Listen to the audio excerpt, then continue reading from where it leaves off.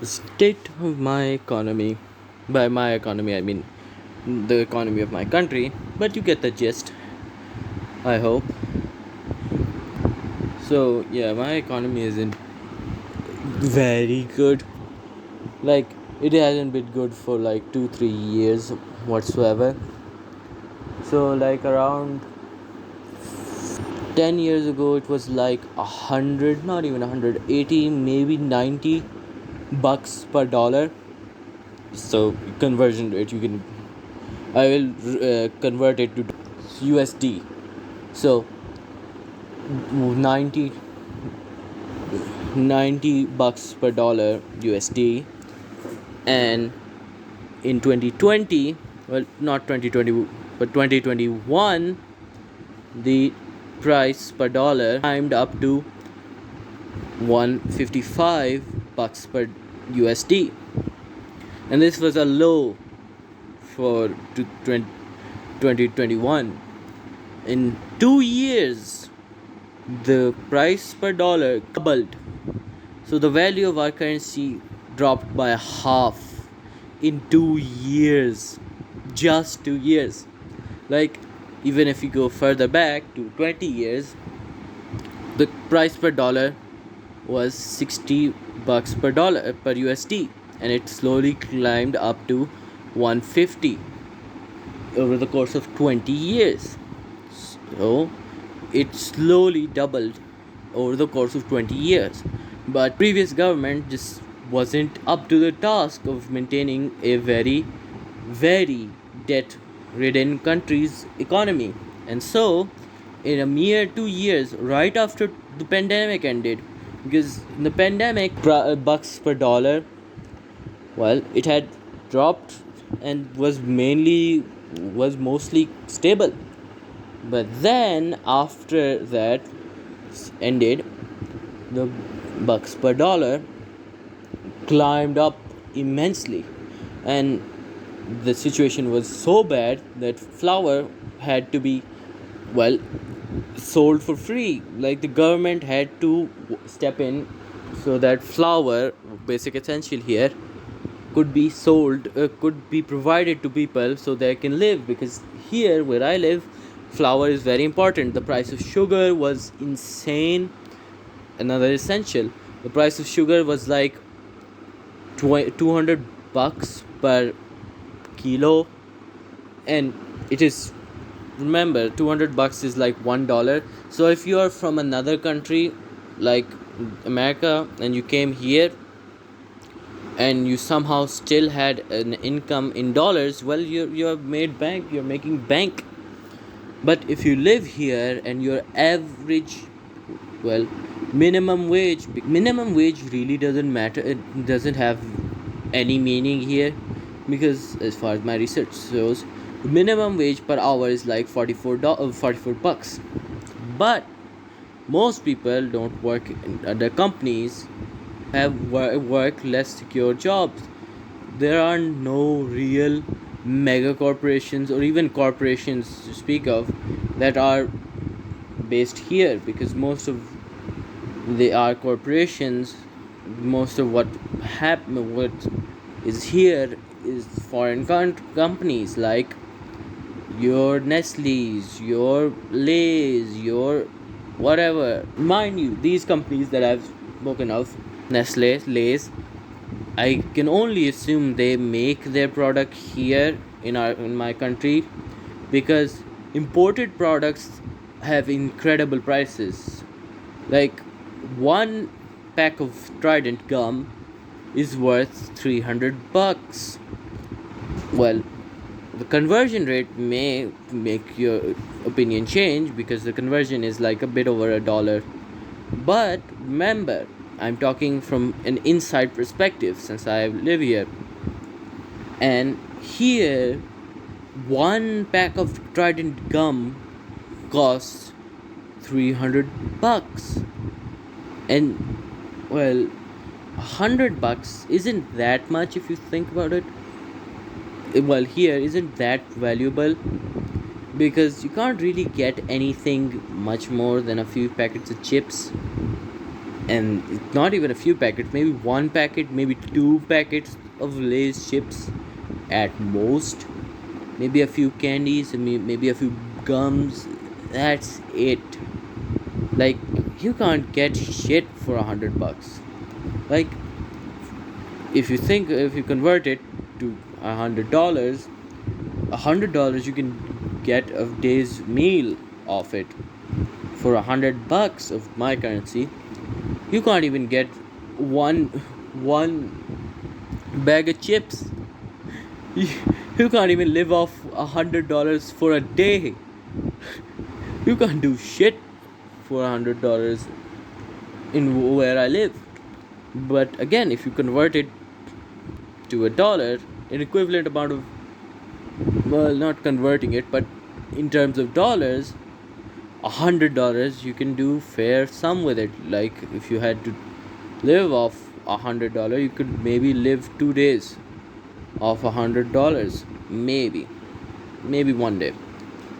But besides the point, you could live off $100 for at least one day, or maybe 2 days. But here $100 are worth shit. Like, you can't do anything with them whatsoever. Like, nothing at all. As I said, for $100 you can only get one packet of Lay's chips. And since, well, inflation has been rampant here, $100 like 5 years ago could have gotten you 2 bags of chips, which isn't much better, honestly, but for the sake of arguments, could get you 2 bags of chips.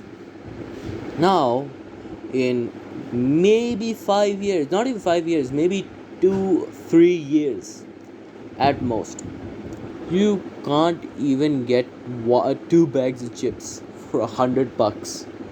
It is that bad. And it is much, and the price of fuel is insane.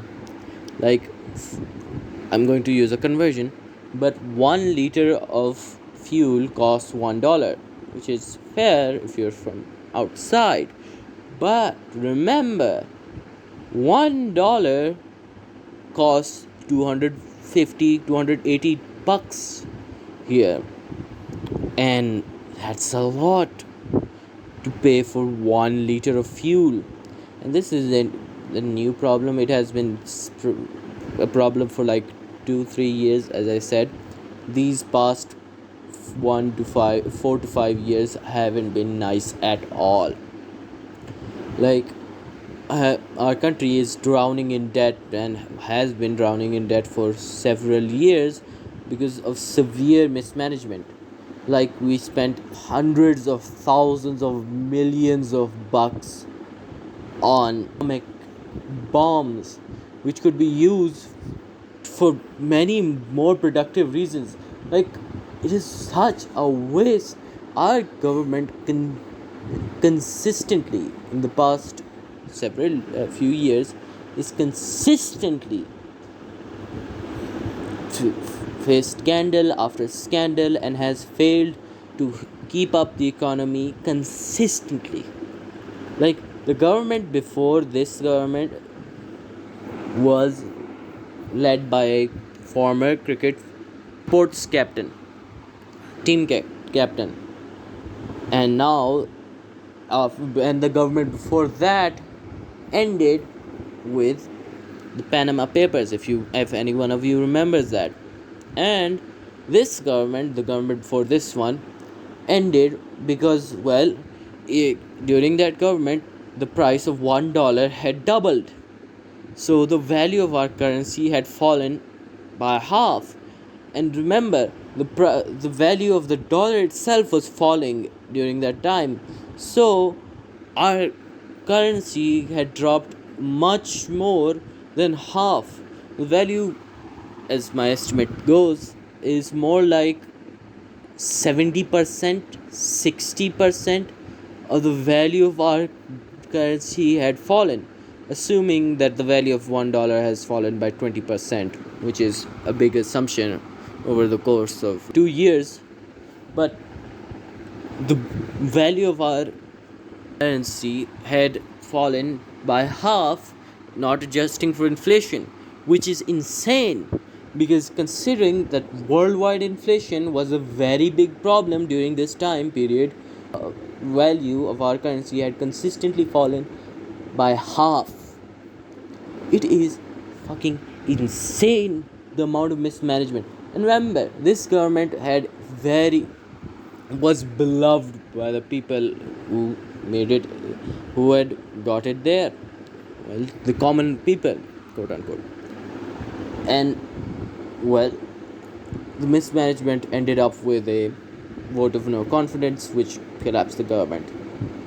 Our economy hasn't been doing great at all, like, and considering our history, it is not no surprise because before this century, of course, in like the 70s, not even the 70s, the 60s, we had an eastern part to our country which made 60% of our income, and in 1973 that part achieved freedom, which made our economy fall by 60 whole percent, and the general instability wards off people from investing in our country, and the influence of outside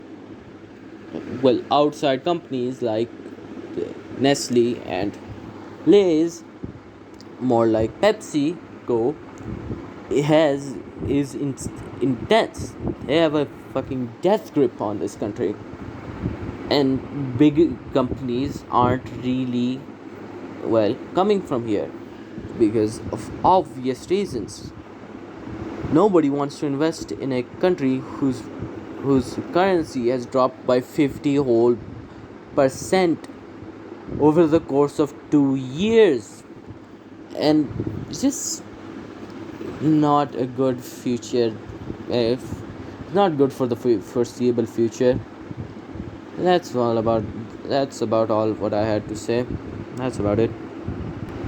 Bye.